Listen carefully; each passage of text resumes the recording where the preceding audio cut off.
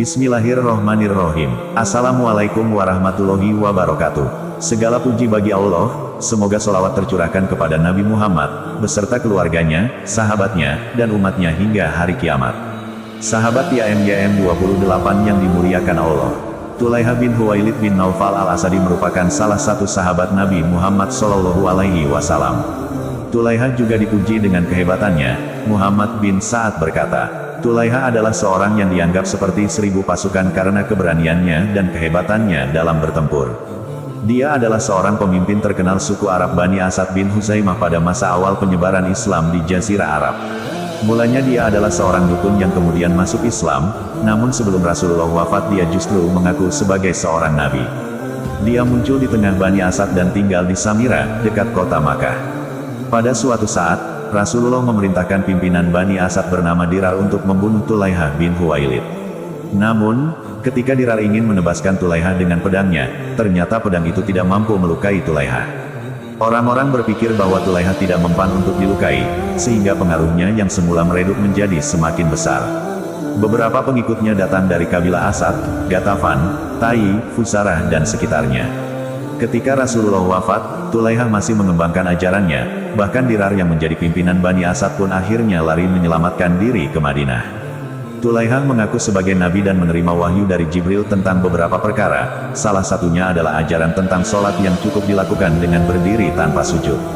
Kemudian Tulaiha mengirim surat kepada Abu Bakar As-Siddiq agar membebaskan kewajiban sholat dan zakat.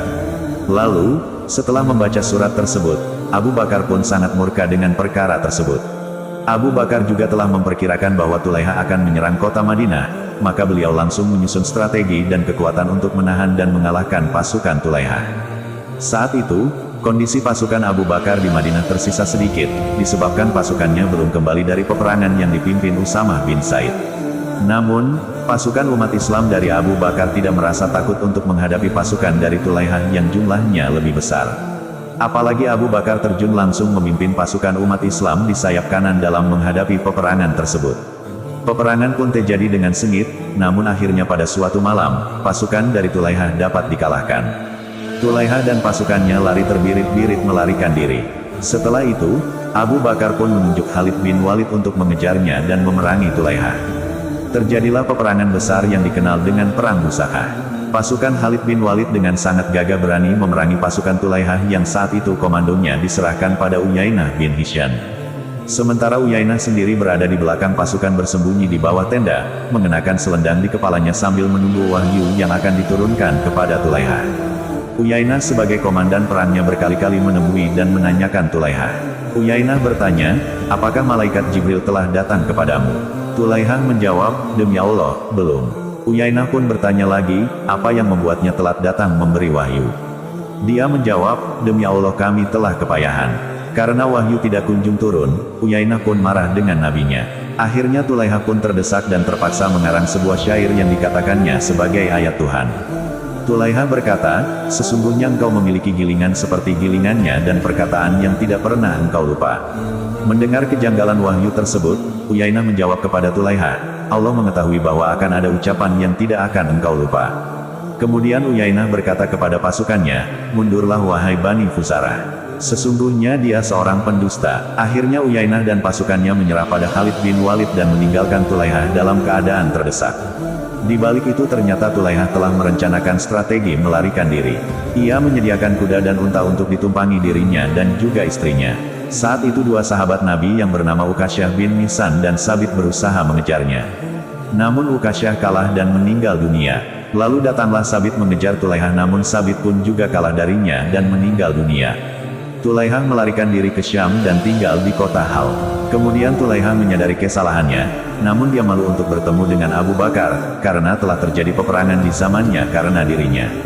Hingga ketika Abu Bakar meninggal dunia pun, Tulaiha tidak menemuinya. Umar bin Khattab menggantikan posisi khalifah. Pada masa Khalifah Umar bin Khattab, Tulaiha ingin bertaubat dan kembali kepada Islam. Umar pun berkata kepada Tulaiha, kamu telah membunuh Ukasyah dan Sabit, demi Allah aku tidak akan mengakuimu selamanya. Maka Tulaiha pun menjawab, wahai Amirul Mukminin, mengapa kau sibuk dengan dua orang yang Allah telah memuliakan keduanya lewat tanganku, dengan membunuhnya sehingga keduanya mati syahid?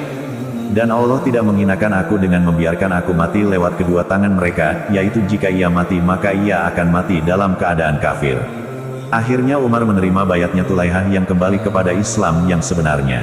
Tulaihah bahkan terlibat dalam beberapa peperangan melawan Persia di bawah komando Islam. Akhirnya, Tulaihah mati syahid dalam perang Nahawan. Adapun beberapa contoh kalimat yang dikatakan sebagai wahyu Tuhan oleh Tulaihah yaitu, demi burung dara, demi burung merpati, demi burung surat dan demi orang yang berpuasa. Mereka telah berpuasa sebelum kalian selama beberapa tahun. Sungguh kekuasaan kami akan mencapai Irak dan Syam. Namun kenyataan yang terjadi justru sebaliknya, karena Syam justru menjadi tempatnya bersembunyi layaknya pesakitan. Syair inilah yang membuat Khalid bin Walid tertawa ketika dibacakan. Demikianlah kisah Tulaihah yang mengaku sebagai nabi menyebarkan ajaran sesat pada zaman Rasulullah Shallallahu Alaihi Wasallam dan bertaubat kembali kepada Islam yang sesungguhnya. Oleh karena itu, kita harus meyakini bahwa tidak ada nabi setelah Rasulullah Shallallahu Alaihi Wasallam yang merupakan rasul dan penutup para nabi. Sebagaimana firman Allah dalam Al-Quran yang artinya, Muhammad itu sekali-kali bukanlah bapa dari seorang laki-laki di antara kamu, tetapi dia adalah Rasulullah dan penutup nabi-nabi. Dan adalah Allah Maha mengetahui segala sesuatu. Quran Surah Al-Ahzab ayat 40. Semoga Allah senantiasa membimbing dan memberi petunjuk kepada kita, agar berada dalam jalan kebenaran Islam.